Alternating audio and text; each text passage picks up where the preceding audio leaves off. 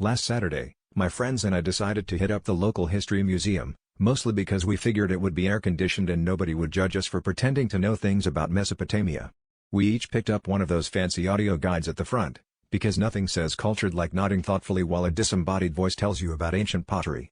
The docent handed us the headsets and winked, which I assumed was just her way of saying enjoy the artifacts. In hindsight, I should have recognized it as the international sign for prepare for nonsense. We started in the Egyptian exhibit, and I pressed play. Instead of the expected dulcet tones of British narration, a gravelly voice boomed in my ear, matey. Here be the legendary sarcophagus, where pharaohs be sleepin' off 1,000 years of rum.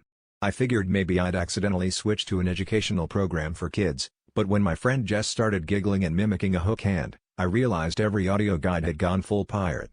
The next 20 minutes were a blur of us weaving through mummies and hieroglyphs, while the guide explained how you can always trust a good pyramid scheme, just ask the Sphinx, By the time we reached the medieval armor display, the pirate narration had escalated.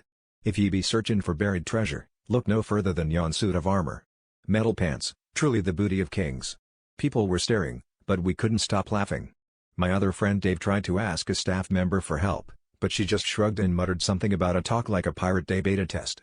We embraced the chaos, searching for hidden X marks the spot stickers in the Viking longship and rating each exhibit by how likely it was to contain doubloons. But the real kicker was the grand finale tour through the Hall of Ancient Rome. As we approached the replica of the Colosseum, the pirate guide declared, "And now, ye scallywags, it's time to walk the plank through history itself." That's when the fire alarm went off, and the entire museum had to evacuate.